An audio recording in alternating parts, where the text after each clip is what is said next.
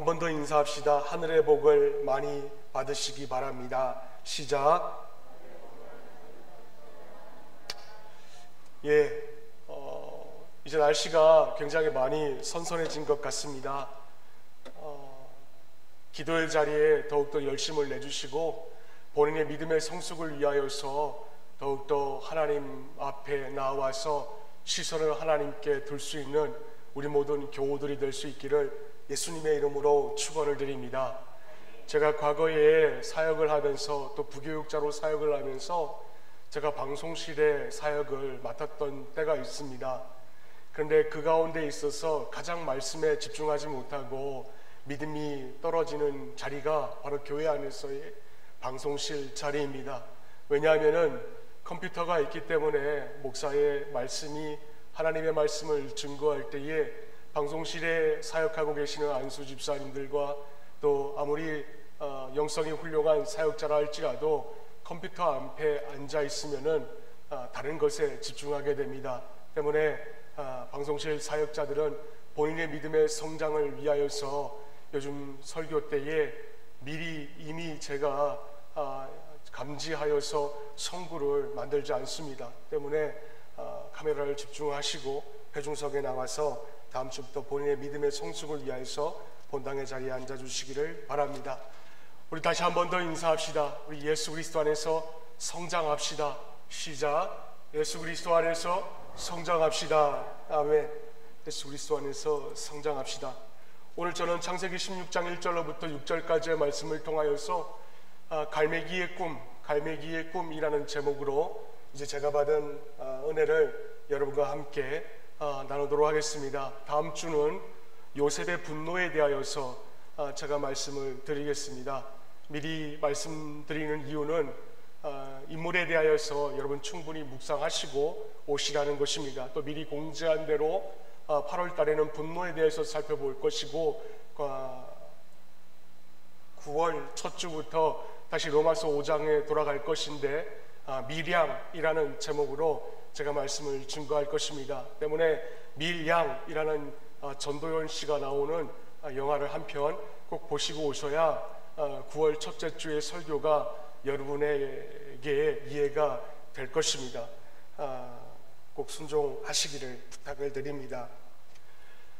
갈매기의 꿈, 리처드 바크라는 저자가 저술한 1975년도의 고서입니다.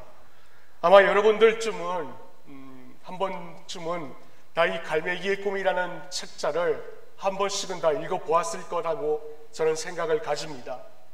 여러분, 이 갈매기의 꿈 75년도에 나온 이 책에 보시면은 조나단 리빙스턴이라는 갈매기 한 마리가 등장을 합니다. 근데 이 갈매기가 특이한 게 뭐냐면은 이 갈매기가 보통 여느 갈매기처럼 살면 되는데 이 갈매기는 다른 갈매기와는 다르게 항상 한계를 초월하려고 하는 특성이 있다는 것입니다. 갈매기가 어떤 새입니까? 여러분, 갈매기는 바닷가에 살면서 다른 새가 알을 낳으면은 그 알을 훔쳐먹고 자기의 깃털을 관리하며 사는데 유독 조나단 리빙스턴이라는 이 갈매기만 다른 갈매기와는 다르게 고공비행을 연습을 하고 또 저공비행을 활주한다라는 것입니다. 그래서 엄마 갈매기가 하루는 이 조나단 리빙스턴이라는 갈매기에게 말합니다. 얘야, 왜 너는 다른 갈매기처럼 행동하지 않는 거니? 저공비행 같은 거는 연안에 살고 있는 펠리컨이나 엘버트로트에게 맡겨두면 충분하지 않니? 그러자 이 조나단을 다른 갈매기들은 안일곱게 바라봅니다. 먹이를 구하기 위하여서 고공분투하는 여느 갈매기, 보통 갈매기와는 다르게 이 조나단이라는 이 갈매기는 정말 한심한 갈매기였던 것입니다. 그들의 눈에는 여느 갈매기는 저공비행만 일삼는데 왜 너만 고공비행을 일삼으려고 훈련을 거듭하느냐라는 질타예요.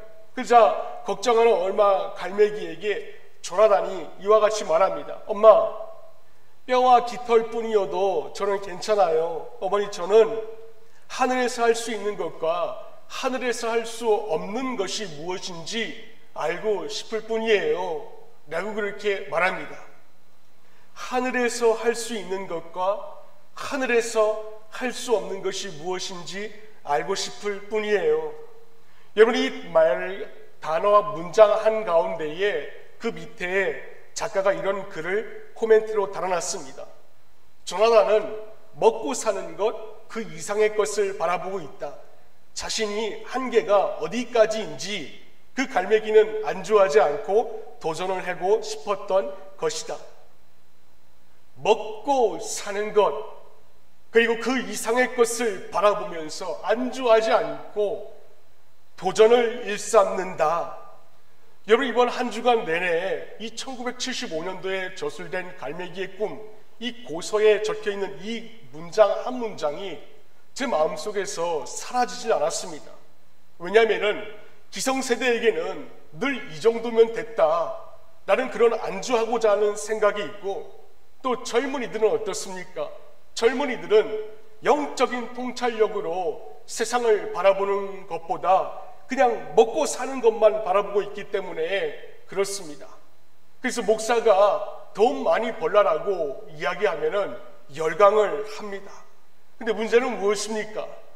주님께서 여러분 각자에게 먹고 사는 것 그 이상의 것을 바라보시라고 여러분 각자에게 소명으로 여러분을 불러주셨고, 각자에게 사명감으로 하나님께서 더해주셨는데, 우리는 그냥 작은 행복에 심취하여서 예수님께서 우리 모두에게 주신 소명과 사명을 놓쳐버릴 때가 참 많이 있다라는 것입니다.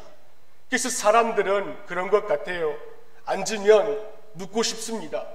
누우면 자고 싶어 하는 것이 바로 인생의 존재 이유인 것 같습니다. 자, 이런 면에서 우리 인간을 한번 들여다보자고요. 이런 면에서 우리 인생을 들여다볼 때에 우리 인간만큼 새로운 환경을 쫓아 움직이기 싫어하는 존재가 없습니다. 그러나 분명한 게 뭔지 아십니까? 여러분들이 성장하면 성장할수록 여러분들이 안주하던 둥지는 여러분을 후에는 얽매이는 속박이 될 수밖에 없다는 것을 여러분들이 자각을 할 줄 알아야 하는 것입니다. 여러분, 종달새를 잘 아시지요? 종달새는 아래 상태에 있을 때는 둥지보다 더 좋은 것이 없습니다. 둥지보다 더 편한 곳이 없습니다.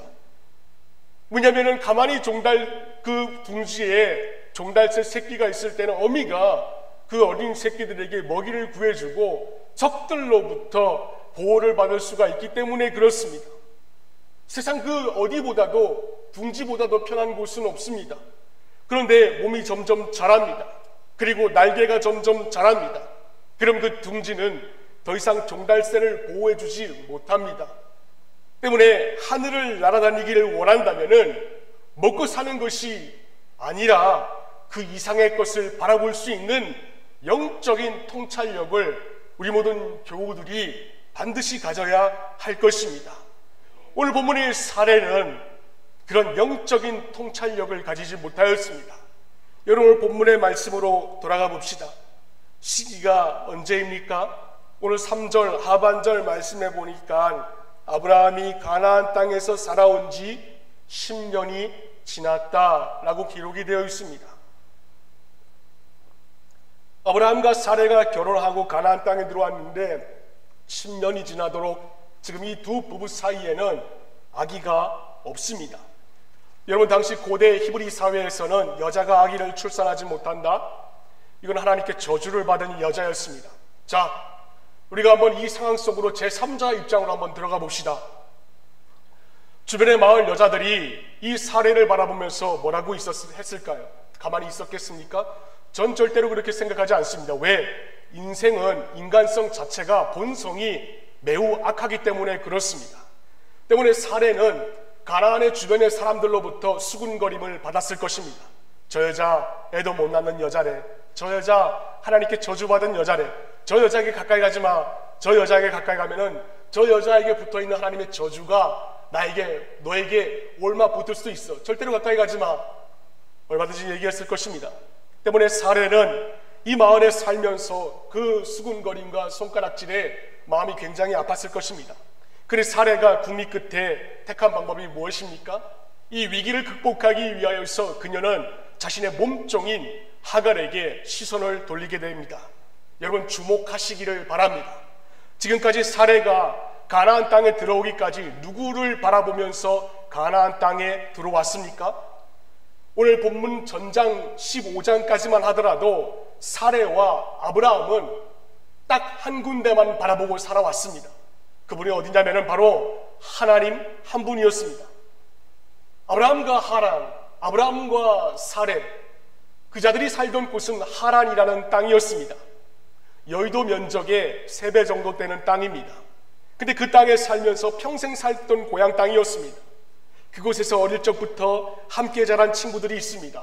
일가도 거기에 있습니다. 그리고 친척들도 다 그 하란 땅에 살았습니다.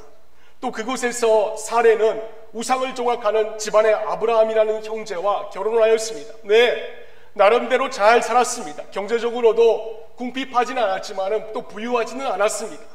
그래서 재산도 차곡차곡 증식을 하고 그리고 집도 장만하고 이제는 하란 마을을 생각을 하면은 우물이 어디에 있는지 눈 감고도 찾아갈 정도로 훤한 지경이었습니다.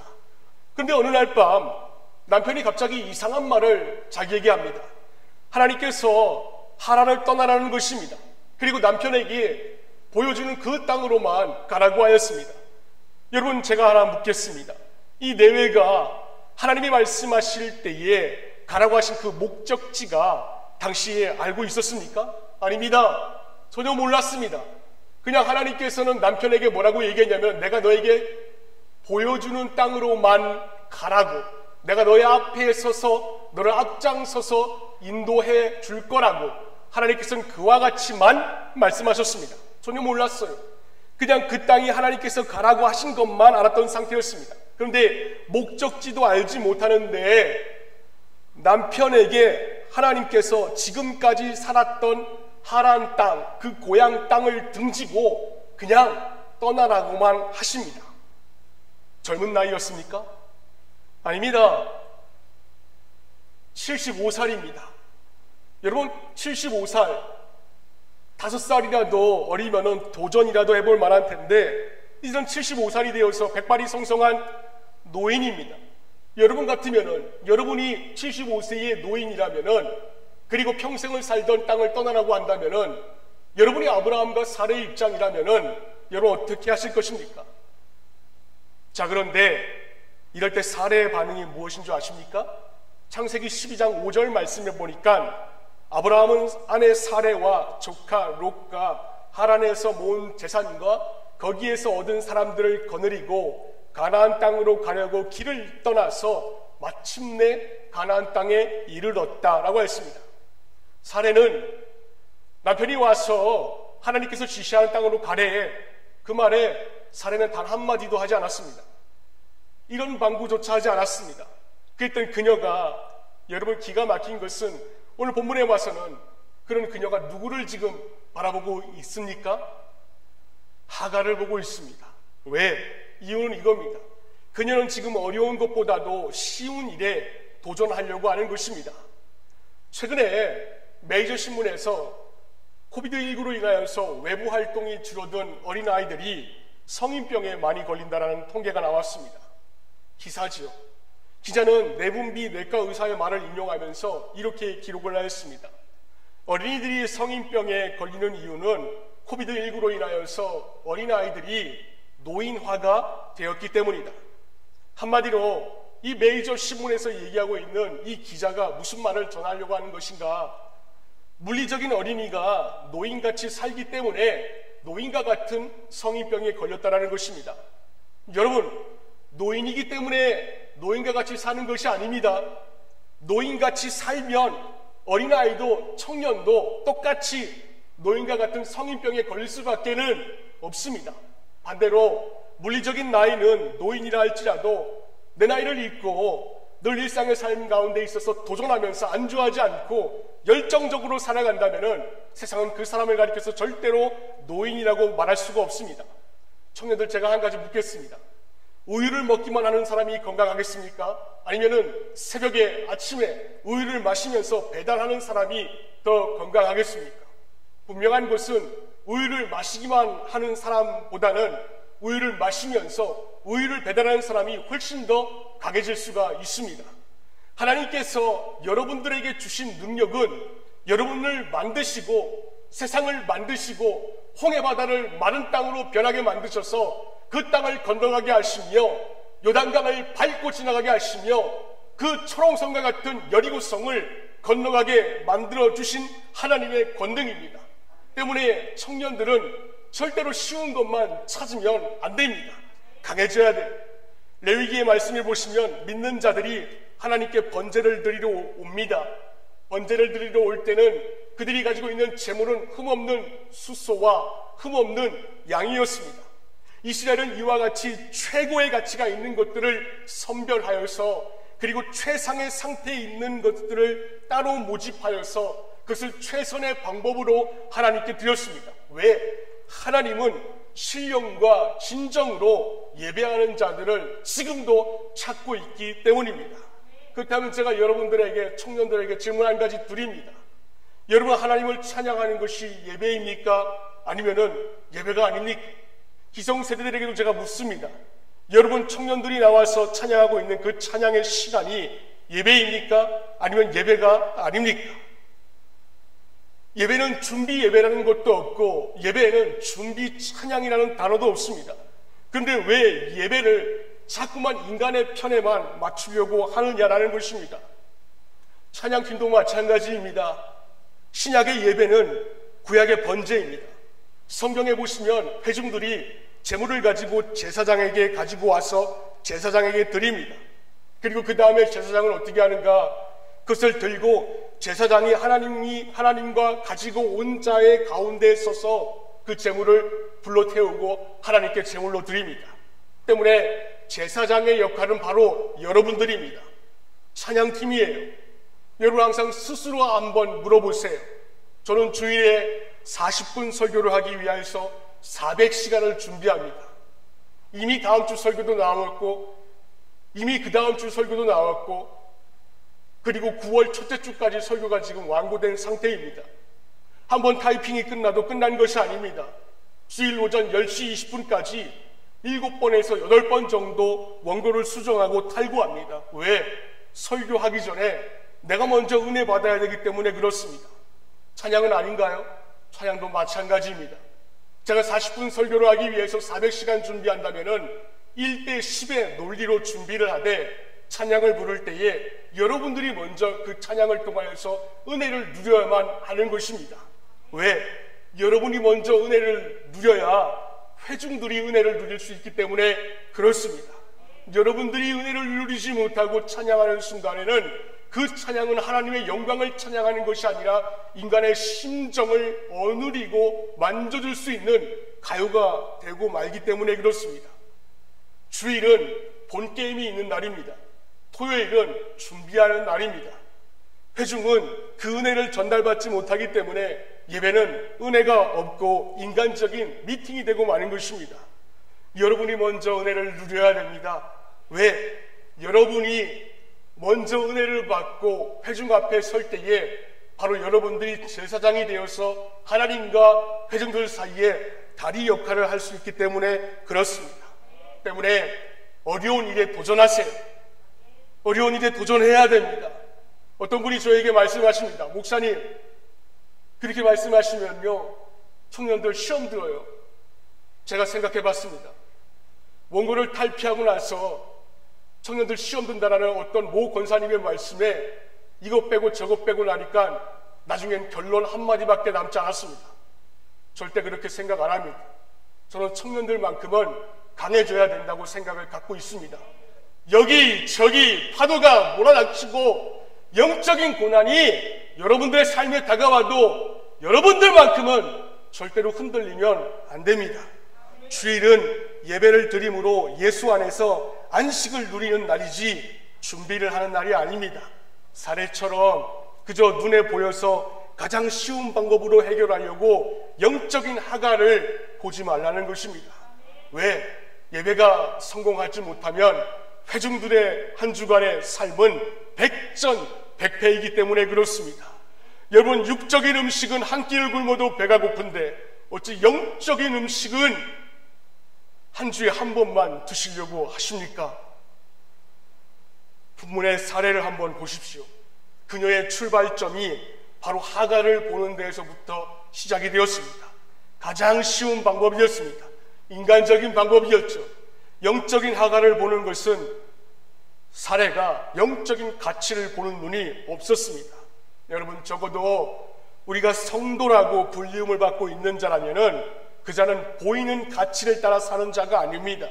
그래서 바울은 고린도후서 5장 7절에 우리는 믿음으로 살아가지 보는 것으로 살아가지 아니합니다 라고 하였습니다. 근데 오늘 본문의 사례는 멀리 보이는 것보다도 하나님보다도 근처에서 가장 손쉬운 방법인 그 하갈을 통하여서 인간적인 방법을 선택한 것입니다. 자, 그렇다면은 결과가 중요합니다. 여러분, 이렇게 가장 손쉬운 방법, 인간적인 방법으로 해결하려고 했던 그 하갈, 결론이 어땠습니까? 잘 살아야 됩니다. 행복했어야 됩니다. 아들을 낳았고 지난 어떤 세월보다도 더 떵떵하게 잘 살아야만 되는 것이 인간의 극히 지극한 논리입니다. 그런데 아닙니다. 그가 그렇게 인간적인 방법을 선택했음에도 불구하고 결과물은 좋은 결과물처럼만 보였다라는 것입니다. 왜? 우리 4절 말씀 다 함께 한번 읽어봅시다. 4절입니다. 시작.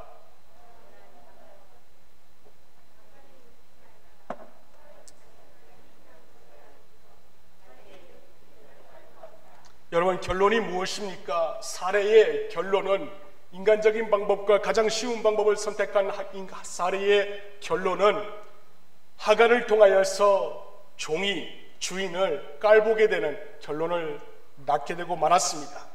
인간적인 방법으로 최선을 다해서 좋은 결과를 얻은 것 같습니다. 그런데 끝에 가서 어떻게 되었습니까? 자기의 여주인을 깔보았다. 한마디로 첩이 안방마님의 역할을 했다는 것입니다. 질문 하나 드립니다. 여러분, 하갈이 나쁜 사람이라서 이렇게 된 것입니까? 아닙니다. 사람은 누구나 다 그렇습니다. 이전에 넘보지 못했던 자리라도 일단 꿰차고 나면은 자기 자리인 듯 행세하려고 드는 것이 바로 사람의 본성입니다. 때문에 문제는 하갈이 아니라 사례입니다. 몸적인 하갈이 자신의 주인 행세를 하려 드니까는 여러분, 사례의 입장에서는 얼마나 안이 꼽고 어처구니가 없었겠습니까? 그래서 사라가 택한 방법은 눈에 보이는 남편에게 다 쏟아붓는 거였습니다. 근데 이 결론에 다다르게 한 원초적인 원인을 제공한 자가 누구냐라는 것이에요. 사례입니다. 그녀의 가장 큰 실수는 하나님을 향하여 있다는 그 시선을 돌려서 가장 쉬운 방법과 인간적인 방법으로 하갈로 옮긴 것입니다. 때문에 위기가 찾아오면은 하란 땅을 떠내게 했던 그 하나님을 그녀는 먼저 찾아가야만 했습니다. 그런데 그녀가 어땠습니까? 지금까지 가나안 땅에 들어오기까지 그렇게 하나님을 바라봤던 시선이 그만 위기 앞에서 인간적인 방법으로 자기 옆에 있는 하갈로 옮겨가버리고 말았습니다. 언제가 제가 어떤 분에게 말씀드렸습니다. 집사님, 사람에게 찾아가지 말고 하나님에게 먼저 찾아가서 해결 방법을 얻으시라고 그랬습니다. 그때 그분이 저에게 말씀하십니다. 목사님, 기도하면 다 됩니까? 하십니다. 그럼 여러분은 어떻게 생각하십니까? 기도하면 다 됩니까? 분명한 것은 하나님보다 사람을 먼저 찾아가면 항상 하갈은 자기가 임신한 것을 알고서 자기의 여주인을 깔보았다라는 결론만 나타나게 된다라는 것입니다. 청년들 잘 들으세요. 목회를 해보니까 삶의 위기를 당했을 때에 저 사람의 문제가 금세 해결이 될지 아니면은 오래 갈지 판단할 수 있는 제 방법이 있습니다. 여러분, 그게 뭔지 아십니까? 아무것도 안 하는 것 같은데 금세 그 위기가 해결되는 사람의 특징은 사람에게는 말 안 한다는 것입니다. 사람에게는 침묵하고 하나님께 먼저 가서 기도하느라 엎드린다는 것입니다. 대개 그런 분의 특징이 여러분 무엇인 줄 아십니까? 문제가 금세 해결되고 금세 위기에서 벗어난다는 것입니다. 저는 숱하게 많은 사람들을 봐왔습니다. 근데 그 반대의 경우도 있습니다. 위기에 처해 있는 사람일수록 옆 사람과 말이 많아지는 분이 계십니다. 근데 그런 사람들은 가만히 보면은 결론은 항상 하갈에게 업신여김을 다하게 되고 만다라는 것이에요. 여러분, 앞으로 여러분의 앞에는 수많은 닫힌 문들이 여러분들을 기다리고 있습니다. 또 계획했던 문들이 닫혀 있을 때에 여러분들은 답답할 수밖에 없을 것입니다. 그런데 그럴 때일수록 청년들은 가장 먼저 무엇부터 해야 되는지 아십니까?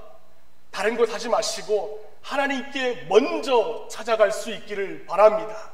그리고 그 앞에 나와서 먼저 무릎을 꿇고 하나님께 먼저 아뢰시기를 바랍니다. 왜? 내 생각이 최고인 것 같죠? 네, 인간적인 생각의 말입니다. 내 방법이 최고인 것 같습니다. 네, 내 생각의 말입니다. 근데 제가 하나 묻습니다. 여러분의 생각이라는 것은 고작 여러분의 작은 머리와 미천한 삶의 경험이 다 아닙니까? 그래서 항상 위기 앞에서는 먼저 기도하여서 하나님의 지혜를 구할 줄 알라는 것입니다. 여러분, 신앙의 원칙이 바로 이것입니다. 오늘 본문의 사례는 위기의 문 앞에 서 있었습니다. 하지만 그녀는 자기 미천한 삶의 경험을 믿었습니다. 그리고 자신의 귀를 주변에 있는 이웃들에게 열었습니다. 자식을 못 낳나 봐. 그럴 때는 몸종이 있잖아. 아니, 왜 저 여자는 저렇게 어리석어? 그래서 자신의 시선을 하나님이 아닌 자기 바로 옆에 있는 자기의 몸종 하갈로 향한 것입니다. 네, 심리적으로 불안해서 그럴 수 있습니다. 심리적으로 불안해서 그런 거니 하나님이 이해해야 되지 않을까요? 물론 그렇게 질문할 수 있습니다. 심리적으로 불안해졌기 때문에 라는 것도 제가 얼마든지 인지할 수가 있습니다. 그러나 제가 여러분들에게 묻고자 하는 것은 이것입니다. 위기 때에, 정말 위기 때에 옆에 있는 사람들에게 그 말을 털어놓는다고 해서 여러분 거기서 큰 위로를 얻을 수 있을 것 같습니까? 절대로 그렇지 않습니다. 왜? 인간은 본성 자체가 악하고 때문에 인간은 신뢰의 대상이 아니라 불쌍히 여겨야 하는 대상이기 때문에 그렇습니다. 그래서 저는 항상 하루가 시작이 되면은 항상 먼저 하는 것이 있습니다. 뭐냐면은 새벽에 나와서 오늘 업무 기획을 먼저 하나님 앞에 브리핑을 하는 것입니다. 요즘은 제가 자꾸 게을러집니다. 그래서 새벽 3시 반에 제자리에 앉습니다. 이 자리에 나왔습니다. 그리고 오늘 해야 될 일과 만나야 될 사람 다 하나님께 무릎을 꿇고 브리핑을 하고 난 다음에 그날 움직입니다. 그리고 저녁에 침대에 누워서 생각하다 보면은 새벽에 보고한 것이 다 이루어진 것을 알 수가 있습니다. 그래서 저는 새벽이 좋습니다. 왜냐하면은 하나님은 새벽에 권능도 주십니다. 왜냐하면은 새벽에 하나님은 도움을 베푸십니다. 왜냐하면은 새벽에 하나님은 광야에서도 영적인 음식인 만나를 주셨습니다. 왜냐하면 예수님도 새벽에 나와서 겟세마네 동산에서 기도하셨기 때문에 그렇습니다. 왜 여러분은 새벽 기도하시면 안 됩니까? 청년들 새벽 기도에 열심을 내시기를 바랍니다. 이유를 들어보면 여러 가지입니다. 낮에 머리가 아파서 새벽 기도 못하겠다. 그럼 일찍 자세요. 왜 밤늦게까지 유튜브 동영상이나 인터넷 게임을 하면서까지 눈이 충혈되면서까지도 하면서 기도 시간에는 왜 눈물로 충혈되지 않습니까? 자매들은 새벽에 무서워서 못 간다? 그럼 옆에 개 끌어안고 자는 엄마 깨워서 오면 됩니다. 새벽 기도에는 하나님의 권능이 임하는 자리입니다. 여리고 성이 무너진 시간도 새벽이었습니다. 히스기야가 15년의 생명을 연장받은 것도 새벽이었습니다. 베드로가 인생의 실패자에서 주님을 만나 성공한 그 시간도 새벽이었습니다. 그리고 새벽 기도에 나오시는 분은 자기를 죽이는 자들이기 때문에 분노도 잘 표현할 줄 모릅니다. 때문에 신자의 성공 여부는 위기 때에 누구를 먼저 찾아가느냐에 따라서 달려있는 것입니다. 왜? 사무엘상 17장 47절 말씀을 보시면 전쟁에서 이기고 지는 것은 주님께 달린 것이기 때문에 그렇습니다. 전쟁은 여호와께 달려 있습니다. 여러분에게 달려 있는 것 그거 아닙니다. 제가 안타까운 게 바로 이겁니다. 우리 모두가 다 전쟁은 여호와께 속한 것이라 이 말씀을 지식으로는 잘 알고 있습니다. 근데 지식적인 믿음으로는 절대로 구원이 불가능합니다. 때문에 사람에게 먼저 가서 위기를 해결하겠다라고 합니다. 제가 그런 분에게 장담합니다. 사람에게 먼저 찾아가는 자, 그런 자는 처음에는 임신의 문제가 해결되는 것 같아 보여도 결국 그 일로 인하여서 가정이 파괴되고 관계의 불화가 시작이 되는 것입니다. 왜 쉬운 방법이 이 말씀에 다 적혀 있는데 왜 어렵게 가려고 하느냐라는 것이에요. 그래서 시편 62편 5절 말씀에 보시면은 내 영혼아 잠잠히 하나님만 기다려라. 내 희망은 오직 하나님에게만 있도다 라고 하였습니다.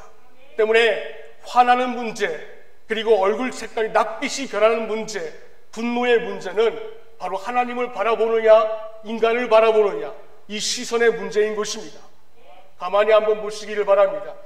여러분들 주변에 화를 잘 내시는 사람이 있어요.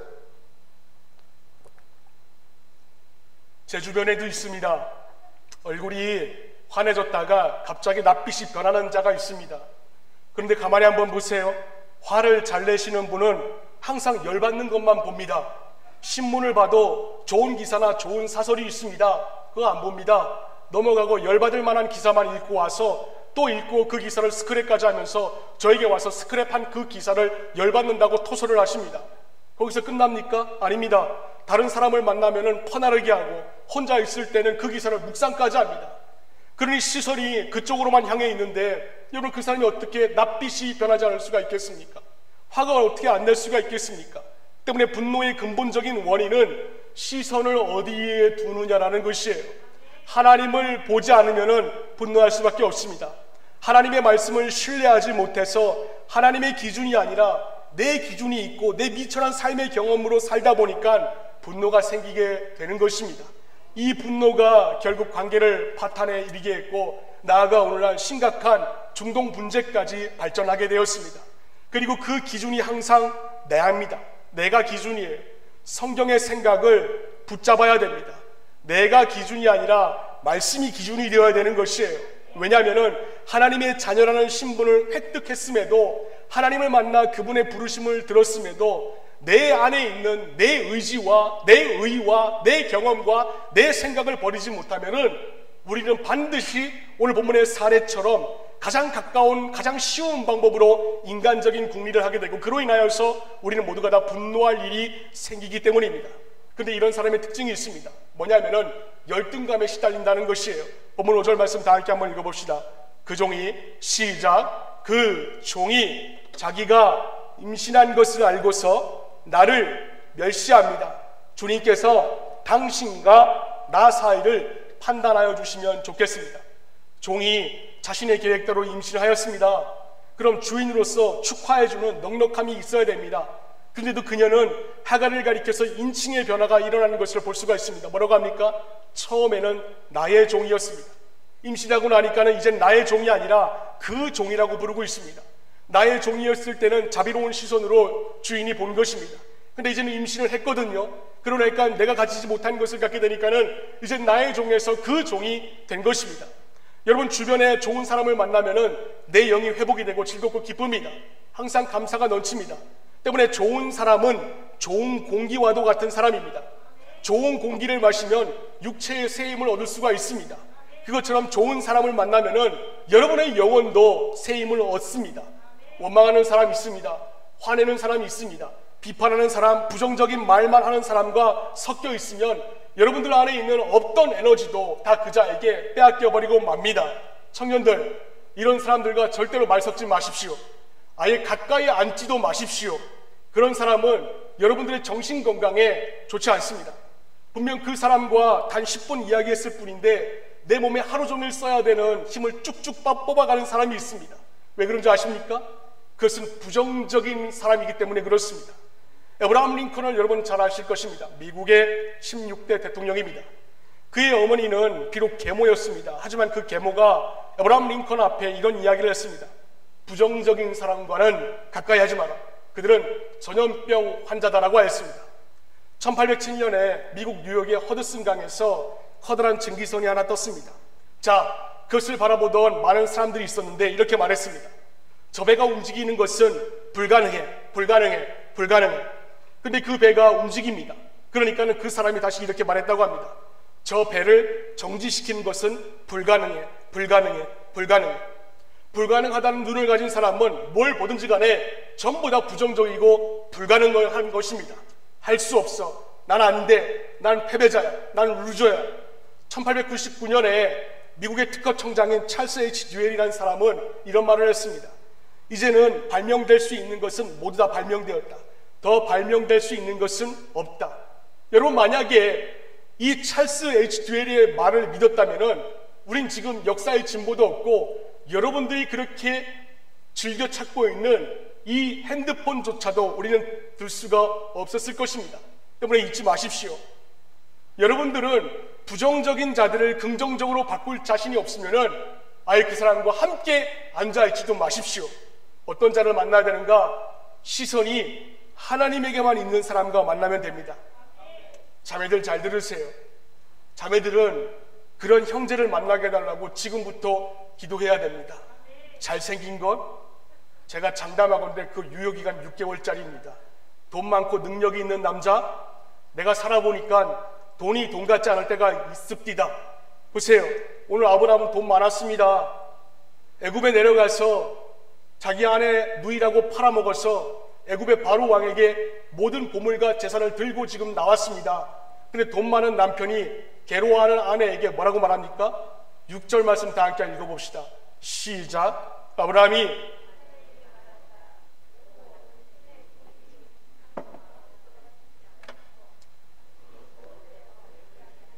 이런 형제가 제 앞에 있었으면 한 대 맞았습니다. 때문에 우리 교회 청년들 가운데는 자매들은 어디 가든지 항상 아내와 함께하고 신앙생활도 함께하고 같은 시선을 가지고 같은 곳을 바라볼 줄 아는 형제를 만나게 해달라고 지금부터 기도하셔야 됩니다. 이런 형제 만나면은 없던 힘도 생기는 경험을 여러분들이 하게 될 것입니다. 때문에 부정적인 말에 절대로 속지 마세요. 거기에는 배려가 없습니다. 돈 많고 지식이 출중하다고 해서 절대로 안 됩니다. 아무리 논리적이고 설득력 있게 이야기한다 해도 부정적인 말은 항상 여러분들을 가라앉히고 넘어뜨리려고 하는 수작입니다. 그때는 자매들은 믿음의 방패, 성령의 검, 이걸 소리를 질러야 됩니다. 왜? 전염병이기 때문에 그래요. 한 점의 검은 잉크 방울이 온 물을 오염시킵니다. 한 점의 부정적인 말은 신실한 자매의 마음을 어지럽히기 때문에 그렇습니다. 혼자 망하지 않고 다 같이 망하는 가장 빠른 길이에요. 그럼 어떻게 해야 되는가? 어떻게 해야 우리가 분노를 해결할 수 있는가? 딱 한 가지입니다. 시선을 하나님께 두십시오. 사람에게 먼저 찾아가지 말고 하나님에게 먼저 찾아가세요. 그러면은 여러분의 마음속에 있는 분노와 낯빛이 변하는 분노함이 하나님께서 그 마음을 변화시켜 주실 것입니다. 이번 한 주간은 시선을 하나님께 두시기를 바랍니다. 그래서 기도하는 한 주간 되어서 특별히 우리 주의 청년들 가운데 자매들 시선을 하나님께 두고 있는 형제를 만나게 해달라고 믿음의 기도를 오늘부터 하시고, 딸 낳으셔서 우리 가정에서 우리 교회에서 형제와 함께 신앙생활 할 수 있기를 바랍니다. 그래서 우리 모든 기세선생들도 마찬가지로 하나님께 시선을 두시어서 이번 한 주간 영적인 전쟁 가운데 승리할 수 있는 우리 모두가 될 수 있기를 주의 이름으로 축원을 드립니다. 기도하겠습니다. 하나님 아버지 감사합니다. 살아가는 동안에 있어서 우리가 오늘 본문의 사례와 같이